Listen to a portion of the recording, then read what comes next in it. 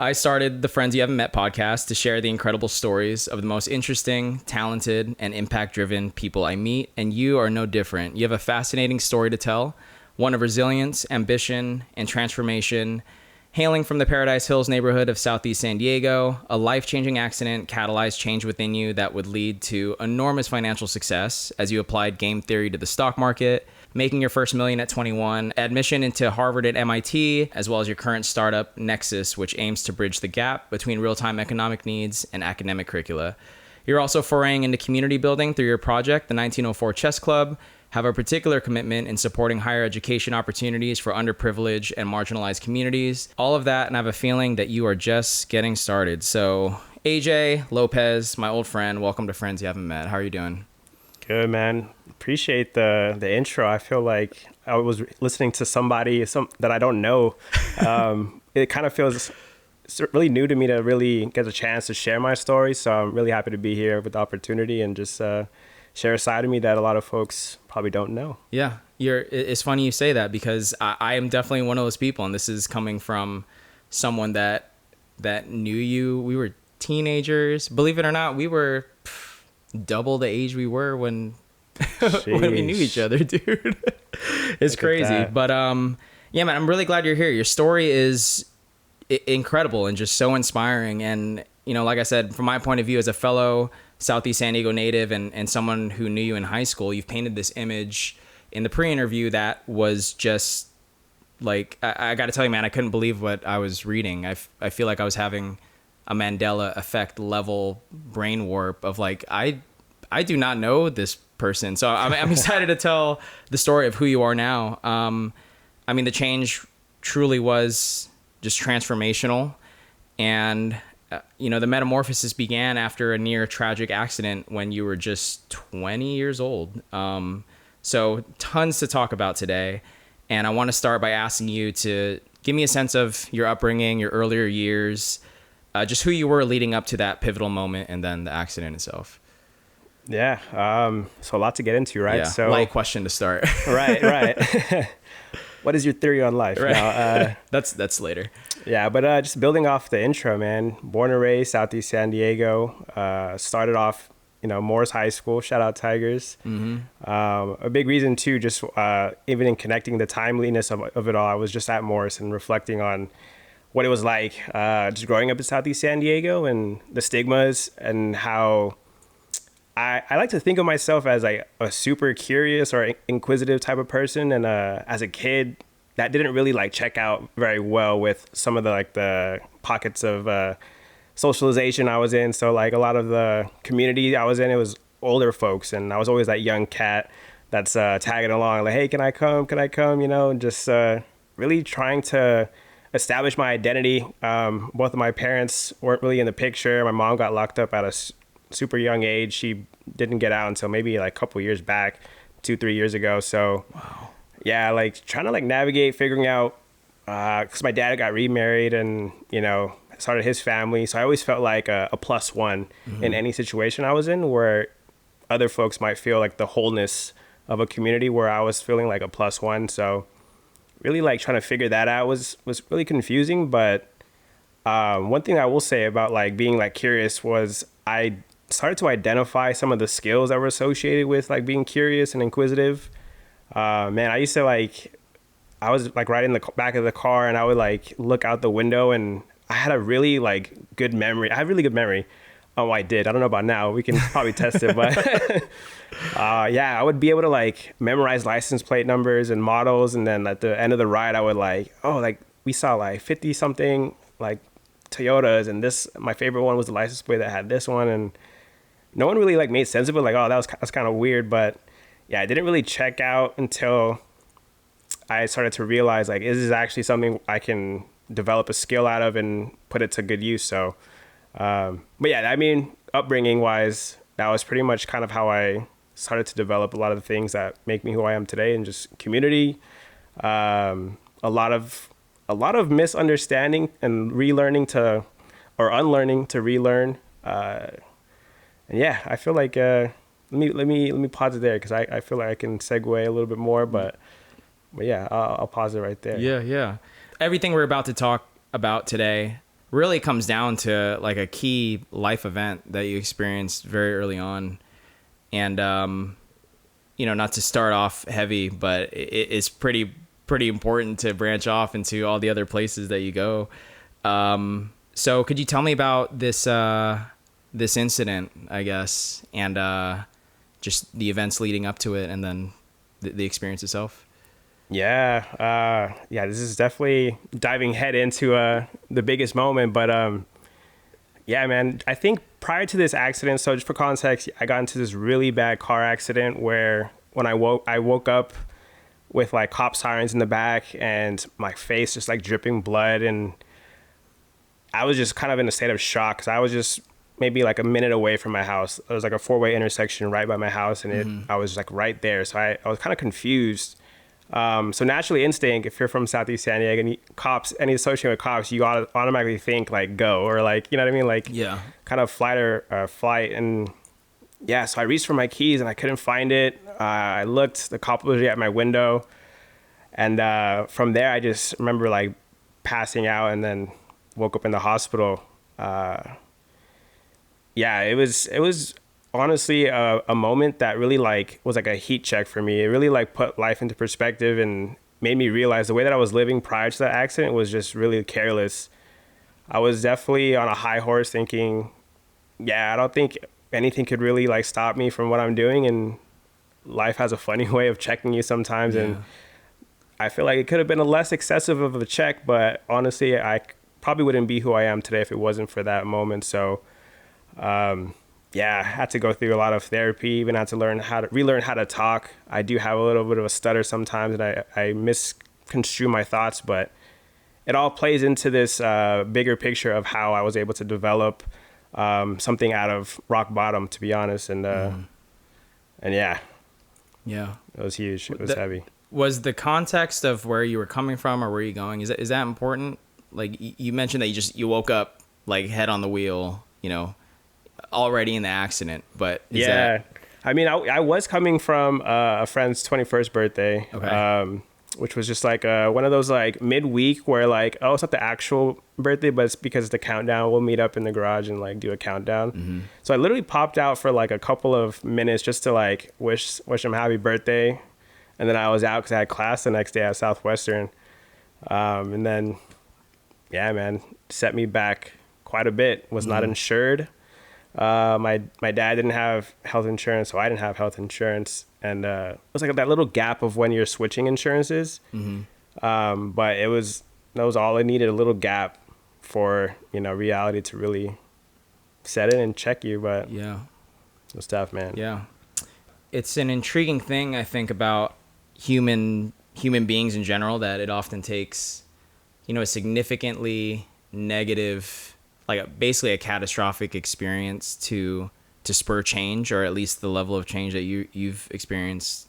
So before we get to the upside of all this, I want to ask about your state of mind and just like your state of being during this time. While you were recovering during that process, where did your mind go? Like, in what ways did you observe yourself start to think about things differently? Like, how existential did you get? And, how did you begin to make sense of what just happened? Yeah, that's a good question, man. And I think it all started with there was waves, right? So I think the first one was just like pity, and I was really like just down on myself and just negative and very like narrow-minded. I was only thinking about how my life was changing, but what really was like the catalyst was when I started seeing how it was impacting the lives of those around me. So like my grandparents, already old and retired, having to wake up and drive me to like or therapy or like to the hospital or wherever it may be. And even with my friends, like I didn't have a car anymore. I couldn't drive, and like I would always need rides to like dance practice or wherever. And I just felt like I was a burden, and it really started to like weigh heavy when I saw how much it was impacting my family in particular. Because I would overhear them talking about like what can we do? Like they were strategizing on how to lift me up, and it was just you never want to like put that kind of a weight on your family, especially like when they're older too. This is like their time of their life where they're supposed to, enjoy it and like reap the benefits of all the sacrifices they made. So yeah, it was just that moment kind of really made me think about, okay, it's time to change. It's time to like bootstrap this. what am I working with? I started to reflect and analyze myself. Like I put all my stuff on the table and was like, okay, what am I good at? What am I not good at? What are my options? I was at Southwestern, so community college, shout out Southwestern. There were just options in terms of like classes to take. And then I took this economic class. It was like a financial economic class where I had this old Italian professor who was like literally like the Mario of the finance world. He had the mustache, the accent, everything. And he just made finance like super like interesting to me. And I was already like putting two and two together in terms of like my memory and my ability to be analytical and critical. And yeah, then I knew I was onto something. So I really like dove into that, and maybe I can stop there for a bit just to kind of contextualize. But yeah, that's that's an incredible transition, I think, from like being rock bottom and then just picking yourself back up. When you say you basically did like an audit, right? Where you're at, what are you good at? And did you intend to go in this higher ed entrepreneurial direction at that time? Or when you were picking yourself up, were you just trying to like get on your like financial footing, just get out of the house? Like what was the goal at that time, I guess, of like exploring these classes and you know, right. trying to make yourself not a burden to others? I think it was a mix of like family responsibility of like, I want them to see me trying. Mm-hmm. So I think getting out the house was one thing, but honestly for me at that time, I knew it was financial reasons. The debt was piling up. We didn't have insurance and I was going through therapy. I spent like how many days in the hospital, and it was like a consistent stacking, and like being like visually seeing it every month, like the debt just growing really was also an underlying theme of like, man, we don't have it like that. Yeah, we don't have it like that. And I'm not doing justice to anybody from just sitting around and not doing anything. So it was really about the finances at first, but taking that step was what really like pushed me to get into things. So you're 20 years old, recovering from a physically, emotionally, and financially traumatizing experience. You spend the next year or so at rock bottom, and then something changed, right? Like time had done its thing. You're pretty much fed up with being where you were, and something shifted, which started, as you called it, your comeback season. You started to talk a little bit about it as far as getting back into classes, learning about finance, but let's dive deeper into that. Tell me about this next chapter of your life and how this concept of game theory came into play, because I know that's a huge concept that seems to apply to many areas of your life. So what's this next chapter, and how does game theory work into this story? Yeah, let's get into it. So game theory, man. Game theory really is that comeback season catalyst for me. It started to contextualize when I took that finance class, right? So I got introduced to the stock market, and I finally had an opportunity or an outlet for like the skills that I had. I was very technical, analytical, very observative in terms of like visuals, and it just clicked. I like dove into it, and I just latched on to my mentor, which was my professor. And even he was surprised at the success I was having like at such a quick rate. So I was up every morning, 5 a.m., a whole hour of just charting, studying, researching, figuring out what stock, what market, what sector. Wow. And yeah, it was just, I didn't have the money, but I had money. And when I say that, I mean, I shouldn't be using this money for this, but I was so confident in my skill and my ability. I just had to invest in myself, really. And it's a theme that I'll bring up later, but it was what I also called a humble investment, where investing in yourself pays the best dividend, and that in itself is a humbling process. So humble investment has been kind of a theme in my life that is connected with game theory. And yeah, like game theory in particular, just being able to make reason behind decisions and putting numbers to logic, right? Like, why do certain numbers add up to a certain storyline or a framework, right? And yeah, game theory has just been kind of that model that like helped me organize my thoughts, honestly, and make sense of the world around me, because I was always questioning things, but now I actually had a framework to answer my own questions and not rely on fitting in or being a plus one. to somebody else's knowledge. It was actually my knowledge that I kept stacking and building through game theory. And yeah. Is game theory just mathematical? Because it sounds like there's a social element to it. Is there like a psychological element to it, or is this just like statistics? Oh, yeah. Sorry, it's actually very mental. Some people actually call it like the theory of strategy. Okay. So when you think about chess and how a lot of folks are attaching it to like life concepts, in the way that there's strategies in terms of however your opponent's moving, you shift your whole attention to what they're doing and adapt to it. So it's very theoretical in the sense that you can use numbers, but it's also very connected to the cognitive side of like, why do you think that way? And then what are the results when you think that way?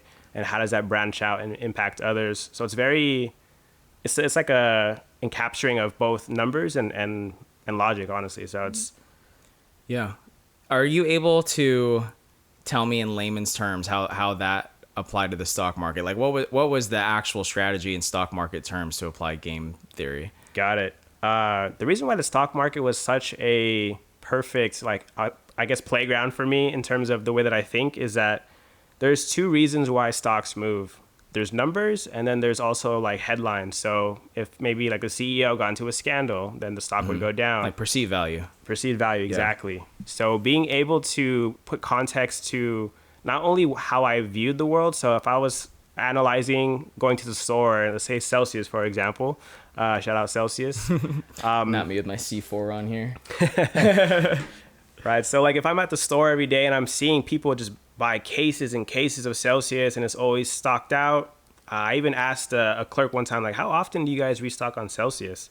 And he was like, honestly, weekly. Like it's been booming. But on the technical side, I'm seeing the numbers and they're not showing that. I know something is off. So there's a lot of different perceived values. But when you go out into the real world and actually take note of what's going on, you can translate that into the market. It's really about timing, though. Mm-hmm. So I was able to do these things and like call different vendors, and then sure enough, the next report, they were up massively, and no one believed it because the numbers, the perceived value wasn't showing, but the analytical side of going out into the real world and figuring this stuff out was what really like catapulted me in terms of understanding game theory actually can be applied to many different things, man. Like, it just clicked. It really did. Right. Was there a breakthrough moment in your investing journey that made you realize the interconnectedness and like the applicable strategy of game theory? I would say it segued into another form in chess. Mm-hmm. I purely saw the stock market like as a profitable way to apply game theory, but I didn't find the actual practicality of game theory until I got into chess, which I'm not sure. Should we talk about that now? Or? Yeah, go for it. Yeah, for sure. But yeah, so stock market, like I was contextualizing it like money, awesome. I get paid for my skill, but it wasn't until I played chess where I started to like really understand something about myself that the stock market didn't do. And the funny thing about chess is if you get into it, there's only two types of players usually if you go out into a social setting. It's either someone's grandfather or like a 6-year-old prodigy who's, not even paying attention when they're playing you and they won before the game even started. It's very intimidating in that sense, but what really worked for me was I found somebody when I was out in the Bay Area. It was an older Filipino dude who reminded me a lot of my grandfather. And he would teach me like lessons while we were playing, but he would associate it with different names and like different things that I was familiar with. So he knew I was from San Diego, so he would say like, all right, this style is called like the San Diego Chargers play style or something like that. And he would teach me things in that way, and it would click so fast. And that's kind of when I started to realize like, wow, like I would be like up at 2 a.m, worried about like problems with my girlfriend or something. And then for some reason, a strategy would remind me like, oh, this is kind of like the Queen's Gambit or like something like that, where I started to like visualize the numbers into like life. Like the way that I was seeing the annotations, I was applying it to like what happened in my life that week or what happened when I was growing up or something like that. So it was very, I feel like there was just like I don't want to say like a click because I felt like it clicked with the stock market, but it was like a processed thought. Like now that it's like contextualized in me now. It wasn't just something that like I realized, but it was something that I was applying. So the applicable part was through chess, and then yeah, it was from there. Success just started showing up at my door. Yeah, I think to me what you're describing is just learning something in like learning something in universal terms versus learning the literal thing. So it's like you're learning chess, but that's just the thing that you're applying strategy and like, you know, game theory too. So it sounds like you've been able to take game theory, applied it to the stock market, and applying a lot of those same concepts to chess. And now you mentioned like it's given you a clearer lens with which to navigate the world. Are there other major areas that game theory has helped you? Yes, and I also just want to like add on to something you said, man, because it's kind of the defining principle of everything I do now is this universal perspective and understanding of things. The way that I view like life is I like the word adaptability. To be able to adapt to things has been something that you'll never not be rewarded for being adaptable. When you see technology take, you know, place and things shift and change, the skill of adaptability is always going to be something that people are going to value. And this theory of game theory really helps people understand that there's a universal interconnectedness between everything. Maybe not, I'll get into it, but something called CMTU theory has been something that I've been like super like interested in. But What's that stand for? Cognitive oh my goodness, we'll have to edit that. Okay. Cognitive theory of metaphysical Oh wow. It's like U is probably universal, maybe. exactly. But it's so just everything. It seems to use everything. Yeah, in short, it's the theory that everything is anything and anything is everything. Okay. So wow. Your past version is your present version, and your future version is a culmination of all of it. So all three exist in real time. So there's a version of you that exists already. So if you ever like thought like, oh, I really want to lose weight or tone up, that version of you already exists because you're already thinking it. Got it. Okay. Once you think something, it's already a reality. Wow. And it's about the time is a metric that is scaled there. Is like how much time is it going to take for you to get to that version? Wow.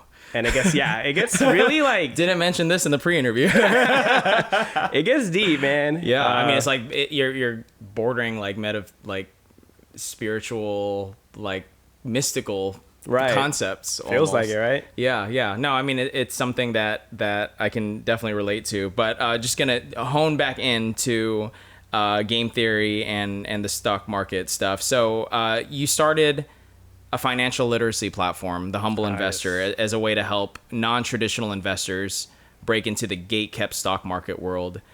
Can you speak to the lack of resources for, quote unquote, non-traditional investors to learn these skills and the impact you've seen from filling that need through The Humble Investor? Right. So when you think about the stock market, you probably think suit and tie, boardroom, big corporations, probably predominantly males, right? And what really stood out to me in the pandemic is how badly small business owners were hit. And I started to realize through my success, I was like, why is it just me? And why is everything I look up in terms of resources and content, it's always very gate-kept language where you have to have a degree to understand the type of like language they're speaking. But in my mind, it's as simple as look at this, check this box, and then hit buy and then hit sell. It was really that simple to me in the way that I broke it down, but it was never taught like that. So that really made me understand there was a gap here in terms of access, opportunity, and education. And when you think about investing, it's actually very time consuming. Like not everyone wants to wake up at 5 and like look at the stock market and like be glued to it, right? But I think what was really the main idea there was how can I make investing not only accessible, but once you have access to it, how do you actually retain the stuff that you're doing and build consistency? So the platform really helps bridge like your personal interests. So if you're spending a lot of money on, let's say, movies, maybe it would it creates content for you like within that industry. So AMC or like maybe like videography type companies and agencies. So you're more inclined to follow through because it's stuff that's interesting to you that you're already investing in by purchasing their products. So now you're not listening to like buy these bonds, buy the S&P 500, which is still good advice. But if you want to build consistency and interest to get more non-traditional investors in, you have to leverage and find that convergence point of what's interesting to them and what's actually important and relevant in the current economy. So yeah, it was really like bridging those elements of convergence and just helping folks who needed the resources get them, and then also stay true to them and consistent with it. So you're on the upswing, getting that bread, first mill in the bank, and teaching others how to do the same. And this set the stage for your admission to some of the most renowned educational institutions in the world, Harvard and MIT. As a fellow alum, I gotta say, man, you are an unbelievable Morse High School success story. Like, I didn't even know you're going to Harvard until I saw your graduation post, and it was literally like, wait, what? What happened? When did, like, AJ the dancer? I was just like, clearly there's some stuff that I miss here, which I'm now filling in these, filling in the gaps. But how'd that happen? Yeah, man, I almost just want to say shooters shoot was like the whole thought process, but there was some definite buildup. It all started in the pandemic, just like everybody else locked away. I was, with my thoughts a lot, and I kind of just started to think about what's next in terms of I have this skill set and I have this knowledge, and financially I was doing quite well. I was wondering now, like, how can I then build more of a network? Where can I go that will see value in the skill sets that I have while also teaching me how to further those skill sets? And I thought, why not apply to the best of the best? Like, I definitely applied with the thought, like, I'm definitely not going to get in. I'm just going to shoot my shot. But when I did see those admission letters, it was what I called like a heat check. Like, I was like, oh, shoot, okay. I'm shooting and I'm scoring. And Yeah. So why not? Let's go. If not me, then who? Who's at Harvard right now teaching folks who don't invest how to invest? And for me, it was like kind of like breaking open like the ivory tower and wanting to like go there to show that folks like me can and do deserve to be there. One thing I will say too is I have an uncle, shout out to my uncle Frank. He was a big inspiration to me in the process because I almost didn't go just strictly off of imposter syndrome. Yeah. Like I don't want to go and fail and like let people down. That's kind of why I didn't make it a big deal at first in telling too many people, because I wasn't sure if I would finish. You know what I mean? Dude, if I got accepted to Harvard, I wouldn't let anyone forget it, bro. I'd be telling everyone. That's the thing too about like the name is like you get stigmatized really fast. Yeah. In certain scenarios, I'll say, I went to Harvard or whatever, and just an automatic like judgment and like, this is like, they need an emoji for that, because I would just abuse that emoji. Like, how many times I with see the that? Big degree, yeah. Exactly. And it shifts the whole dynamic of the conversation, which I'm not a big fan of, but I'm definitely a fan of flexing it in environments where they need to know that like I'm not playing around. So when it comes to like negotiations with different businesses or corporations, I let it be known right from the get-go. Yeah. And I'll still come in a hoodie and a beanie and let them know. You know what I mean? But like, maybe the Harvard letters on the Zoom call. Yeah. Exactly. Sorry, man. I just threw this on, guys. Oh, what time was it? Like, it must be game time. But yeah, man. Just like getting there in particular was, like I said, like a heat check. Not because it made me like cherish my value or realize my value, but it also showed me like no one should be scared to shoot. Like no matter the distance, like shoot your shot, because you never know how you stack up until you shoot. Because when I was there, I felt like I was teaching classes because of the knowledge I was bringing in. People were taking notes from stuff that I was saying. Like I was getting clipped in class, because every class at Harvard gets recorded. And then students can watch the reruns. But a lot of the courses I was taking were very dynamic in its structure, that it was open communications, open source, very like this is the readings. Everyone now, what do y'all think? Yeah, and then collaborative, quote unquote, or exactly. Yeah, okay. And I would just go to town when it came to like folks who had very specific mindsets, and I had opposing views. I was probably the first to like step up and communicate how I felt. So I definitely had a time. I definitely got heat checked, and I checked out. I was like, okay, if this is the status of like my knowledge right now in this environment of Harvard and MIT, then Yeah, you belong there. yeah, I was like, Yeah. and I didn't even say the inspiration piece. With my Uncle Frank, he left a quote with me before I went, and it was so simple, but I wrote it on my whiteboard and I looked at it every day, and it was just, "You fucking belong." Excuse my language, but No, he bro. literally just said, "You fucking belong," and it just was like a reoccurring theme in my head when I was there, and I was like, damn, like I didn't just like think it, but I believed it and I lived it, Yeah. and Yeah, Yeah, yeah. man. That's a principle that's instilled to me by my dad too. My dad basically was a farmer in the Philippines, learned English to join the Navy. Now he in America. Now he's like a patriarch basically within his family. And I don't have family here because of that. They're all still in the Philippines. And my dad instilled a lot of similar themes into me. Among them being, the worst they can say is no.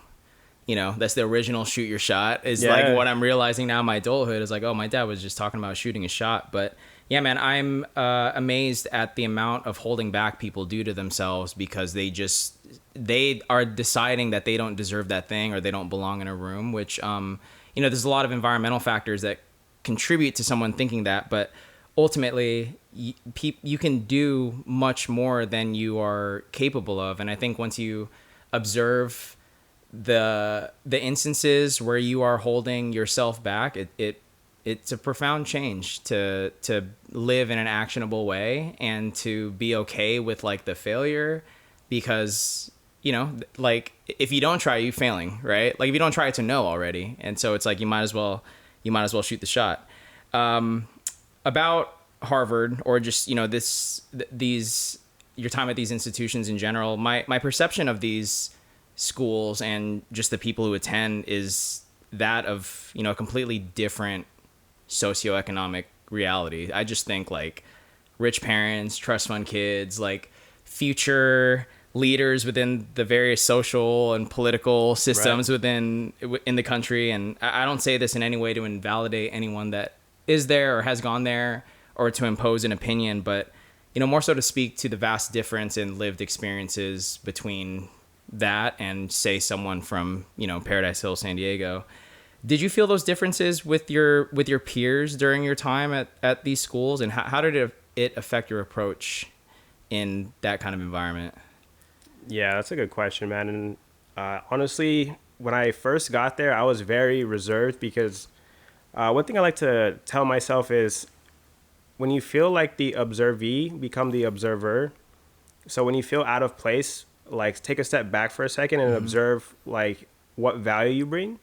And when I did that, I started to like approach the way that I talked in class different. I think the first semester I was very like I disagree because this or I disagree because of that. But then it became more so, tell me more about why you think that way. And I was learning so much more when I did that compared to being very combative and like just confrontational. I took the time to really understand why people thought the way they thought. And that's something you don't get an opportunity to do when you like grow up in Southeast. We kind of all have very similar mindsets in terms of like culture wise, you know what I mean? I feel like most people in any upbringing is like you're just in a society where you're being told how to think, and Right. a lot less people thinking for themselves these days, especially with social media and everything.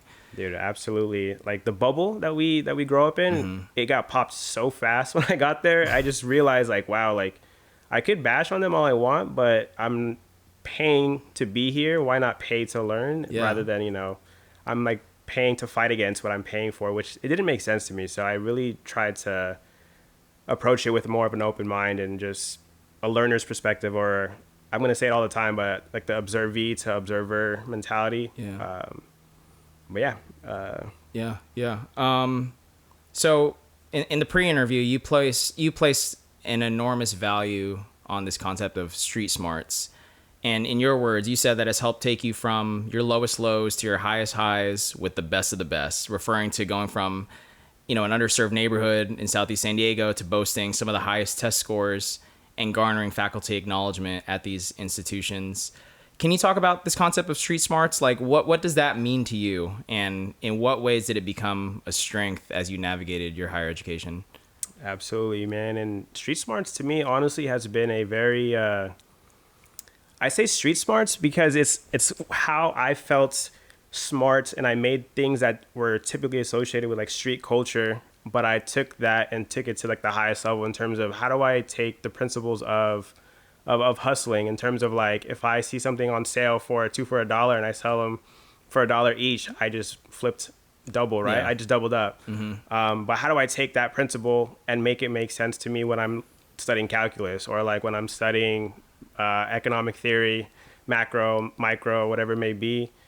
Street smarts is basically breaking it down to a fundamental level and being able to utilize stuff that makes sense to you. So street smarts could be anything really. It's not just about like a socioeconomic type of status, but it's more so about contextual, personal level of understanding things. And Yeah. it all comes back to honestly game theory Yeah, again. that And like, universal right? learning It's a is what you're universal learning. describing. Yeah, yeah, and just like more of that experiential learning.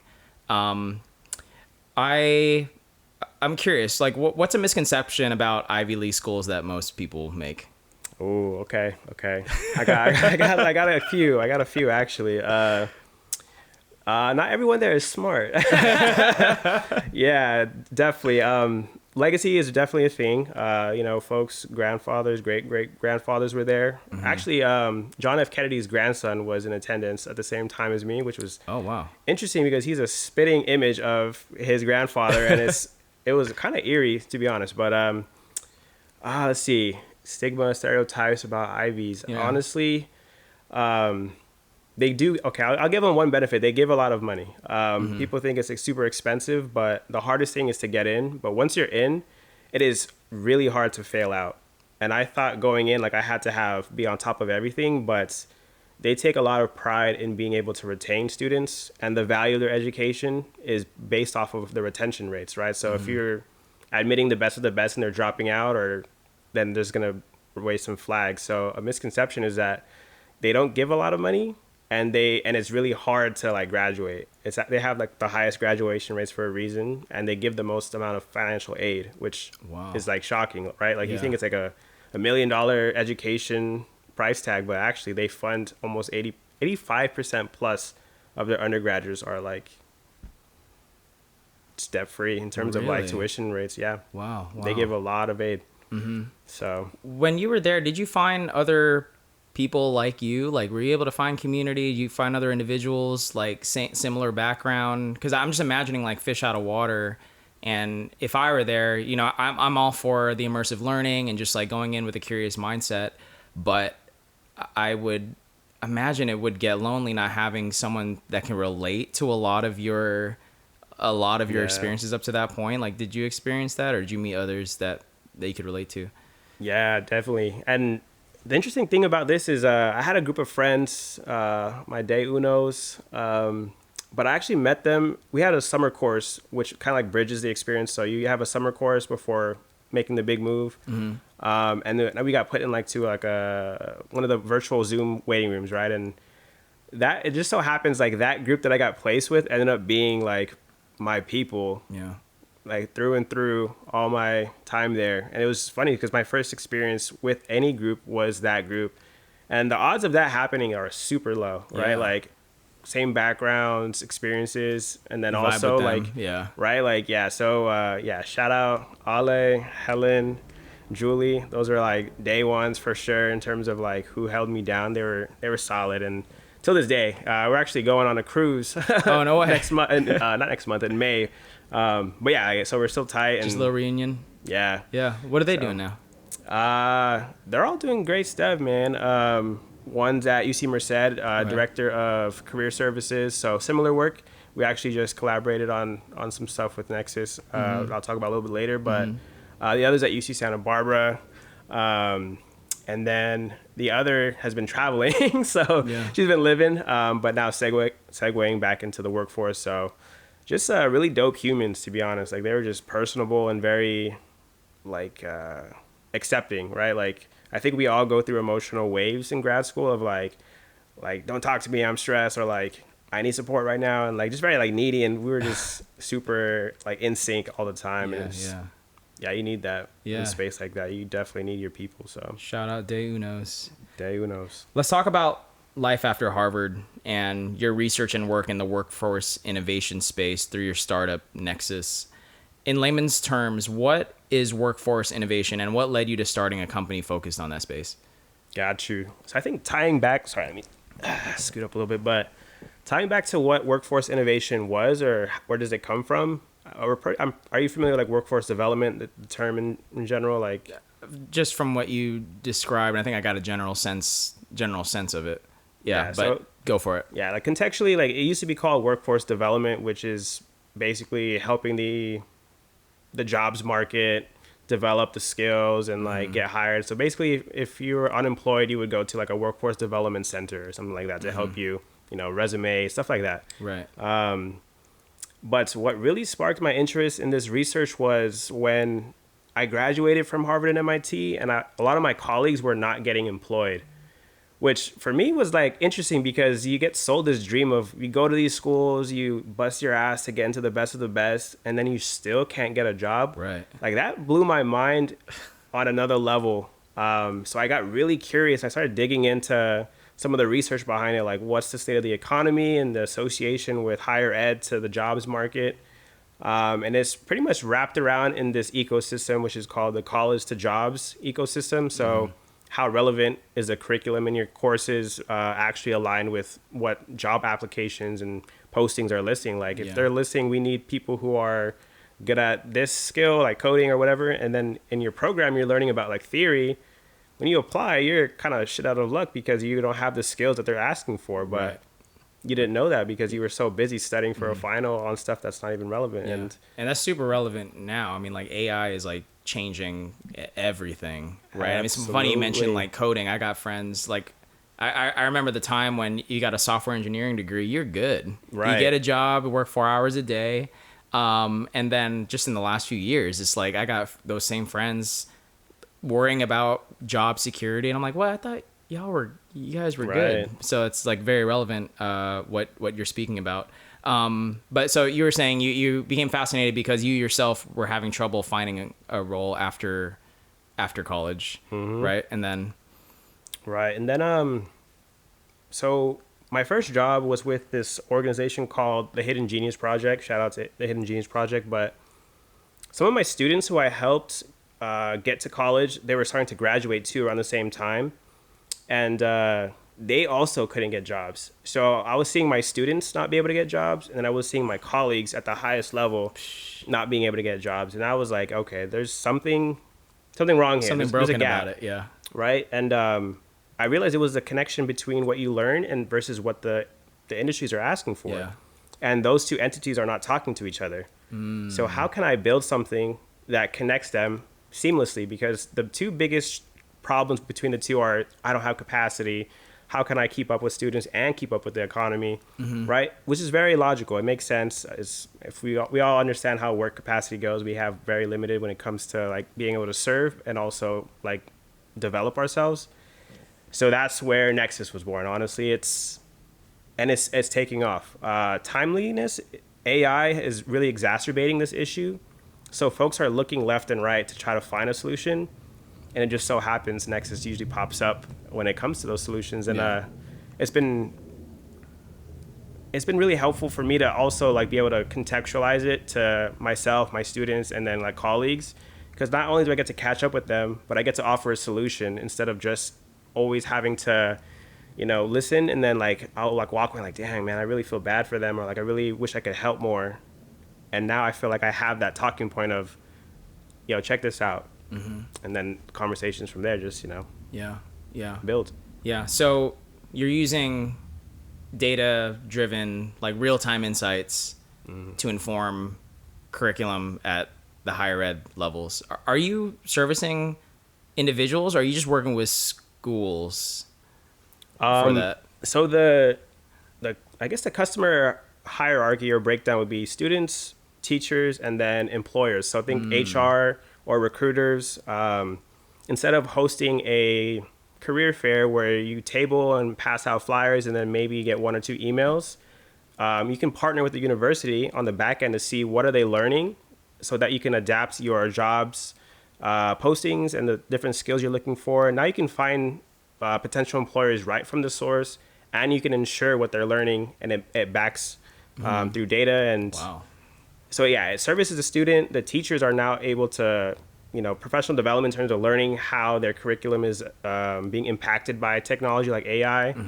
But yeah, man. So students, teachers, faculty, administrators, and then also employers. Yeah, yeah. So In the Nexus vision, what does an innovative workforce look like?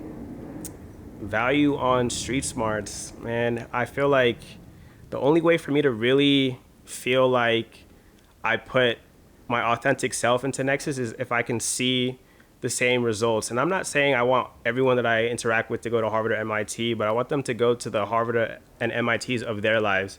So if they're really passionate about chess, how can they take that to the highest level in terms of educational value and career value? That might be the bridge between chess and computer science or AI, but using general interest to be able to guide instead of adapting to whatever like the status quo is, like, oh, become a doctor or a lawyer. But how do you take your actual passions and find the pathway that gets you to the job that's actually going to make you feel fulfillment and content, right? So you talked about this 3-part equation that's the framework for Nexus. I'm not even gonna regurgitate what this is because I have no idea what it means, but I'll toss it to you. Let's start with explaining what this equation is and the framework overall, just to get a better understanding of your approach to workforce innovation. Got you. And one thing about me is I'm big on the number 3. So anything I do, I always break it down into 3 parts. It's kind of how I see things. So in this equation, I frame systems thinking, design thinking, and social entrepreneurship as my formula or equation of success in terms of not only Nexus, but in life. I think that design thinking is basically a framework of how do you create things? What's the right way to create anything? Any idea, inspiration, or concept that you want to make a reality can be done through design thinking. If you learn the principles of design thinking, it doesn't really matter what you want to do. It provides like a solution or an action-based process to make action. And then you have systems thinking, which is how do you zoom out to see the bigger picture in things so that way you can design it authentically. Because sometimes we have an idea and we'll design it in a way where like we were just thinking about the solution. We weren't thinking about the process, which makes us overlook like, oh, actually, we could have made this a lot better if we just considered this other user or this other perspective. Yeah. So the 2 so far, systems thinking, design thinking. So how do you understand the larger picture? So I like to say zoom out. When in doubt, zoom out. So that's the systems approach. You zoom out and you see the bigger picture. And the design thinking is you zoom back in. Okay. So maybe as a photographer, right? Think about when you're on an airplane and you're looking down. You see the landscape, you see the buildings, you see a perspective that you don't see when you're on the floor. So now maybe that as a photographer, maybe you think about an aerial shot for a different shoot, and it was like the missing piece that you always wanted. So it's that element of zooming out to understand. And then so the third one is social entrepreneurship, which is not only can you start to understand things at the bigger picture and learn how to design things, now you're understanding how can you turn it into an entrepreneurial endeavor, but to have social impact. So not just like profits, but how do you impact people with the things that you're making, the visions, the aspirations, the goals? How do you also associate that with social impact? So those 3 things together have been like the staple of not only like my skill sets, but in Nexus and also in my role as workforce innovation director at First Gen Scholars. And it's something that I'm applying to the younger generation. So hopefully these cats can pick up on these skills and, really make waves and be the first, but not the last, to make impacts in the community. So I want to touch on your latest project, the 1904 Chess Club. So you launched this just last month, right? Yeah. So just last month, first gathering at Friends of Friends in National City, keeping it close to home, which, you're just basically bringing people together in community to play the game. And you've mentioned chess several times already throughout this conversation. So it's clear you hold it to such high regard, not just as a game, but something that applies to life in general and across all people and backgrounds. So could you tell me about your interest in chess and what does it mean to you to bring people together to play this? Yeah. So it might even go to the extreme and say chess is life, life is chess. But that duality of and interconnectedness of chess is what really stood out to me. As I mentioned before, I had this mentor who would break things down to me in like more life skill type of framing. And I think it was really when I started to try to replicate that relationship wherever I went, and it was just a miss every time. Every time I would go to a meetup, it would be like I said, the prodigy, the young prodigy, or someone's grandfather, right? And I just wanted to like connect with people and build relationships, and I felt like there was just a big gap in that. In Boston, there's like a really big chess scene. There's like the New York chess hustlers, and there's the Boston chess hustlers. Harvard Square has like these outdoor chess tables that like in between class I would just like play with folks, and sometimes it would be like unhoused or homeless folks, or sometimes it would be like the future CEO of some company. I don't know. But the element of like just meeting people and connecting through like a board game has been helpful, not only to like my mental, but also just being able to like network too. Like the stories you tell, the stories you hear has been such a influential factor in my creativity as well. So I really wanted to create like an environment where folks can get together and just play. Like you don't have to have a tournament clock. You don't have to like sit proper and like have the button up or whatever, but you can show up, have a coffee, have a beer. Yeah. Various skill levels, various backgrounds. Right. And yeah, it's just kind of been my way of helping also students start seeing things in this interconnected perspective where it's not just chess, but it's also like networking skills, communication skills, confidence building, right? Like it takes confidence to go to a chess meetup because you're just always assuming everyone there is going to be so good. Yeah. But if you set a standard where it's an environment that's really like promoting that particular piece of like new introduction to it, then I feel like there's just so much potential there to just build a strong community that can really like drive home this message of interconnectedness between life and chess. Yeah. And how has the reception been to like 2 events in so far? Like how's that community been? It's been pretty dope. I think just by hosting a couple, I learned that there was also like kind of small pockets of it happening on different days. So we're like kind of building this like committee of chess clubs where I think the future of 1904 chess is going to be me culminating the other clubs into like a one event because they're always busy hosting their nights. Yeah, they hardly get a chance to like be the attendee.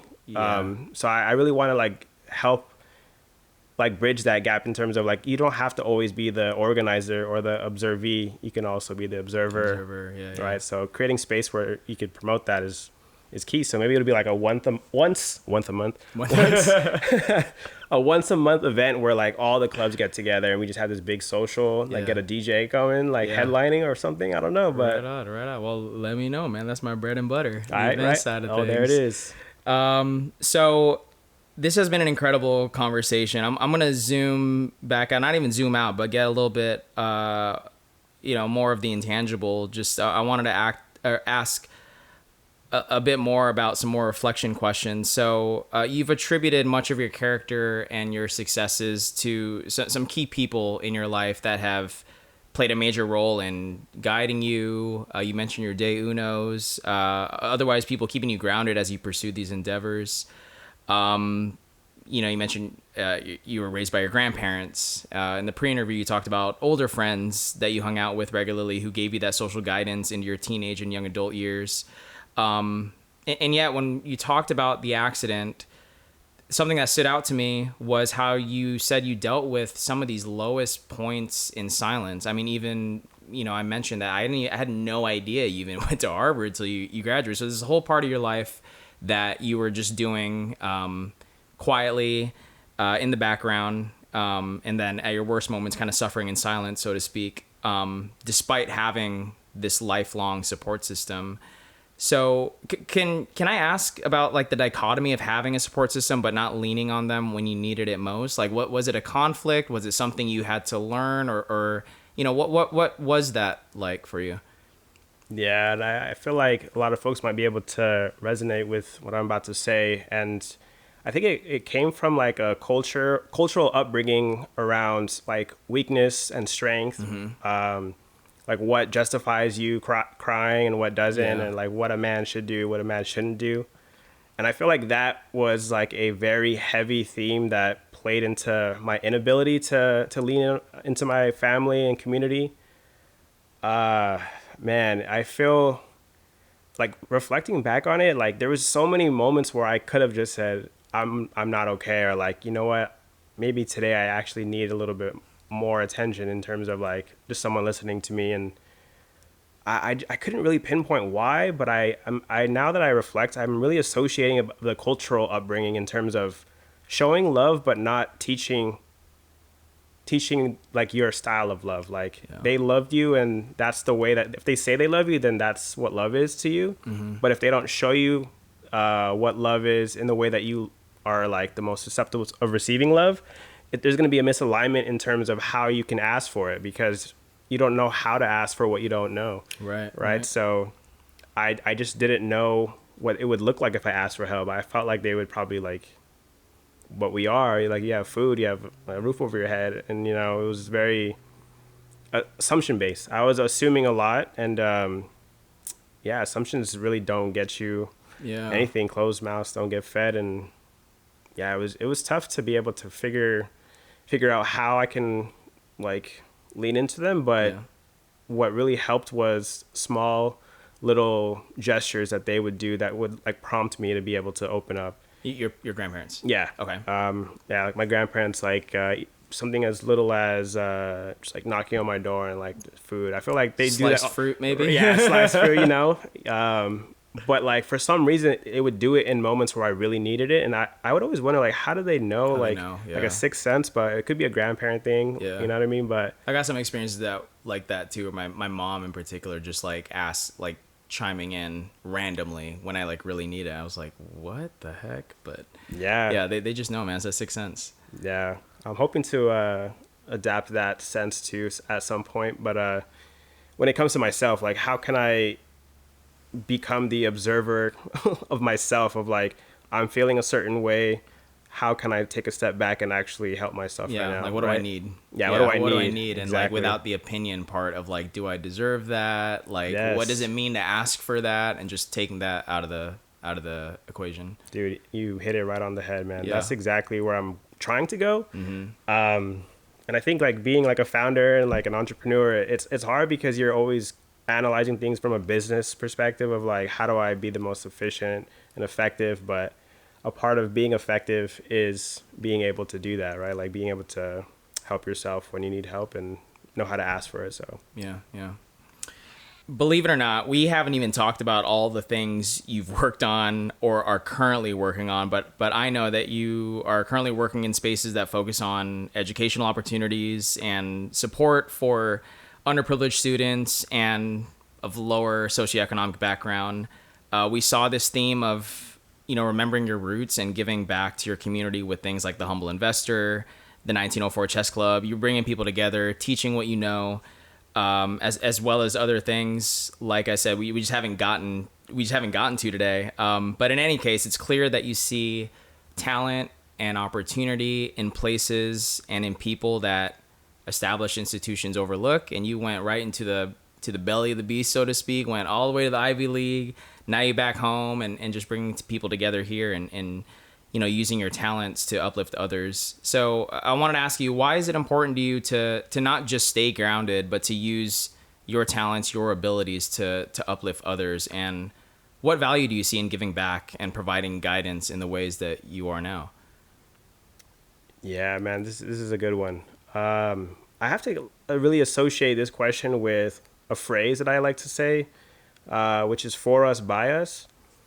And when you think about like what that means in terms of access, opportunity, and value, there's always going to be value in everything that you do.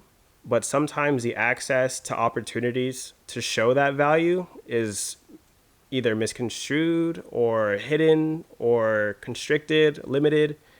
And I feel like it just takes one person to really shine a light or bring attention to a certain area or a certain person or a certain community for lives to change. And I feel like I can say like I bootstrapped my life as much as I want, but in reality, it wasn't like a solo mission. Like I worked in silence, but I had a village behind me that was doing things for me that really like made me see the value in community. If I didn't have a community to do this for, if I didn't have a mission to come back to San Diego and like help the community that I came from, there wouldn't be a nexus. There wouldn't be, you know, like this version of me.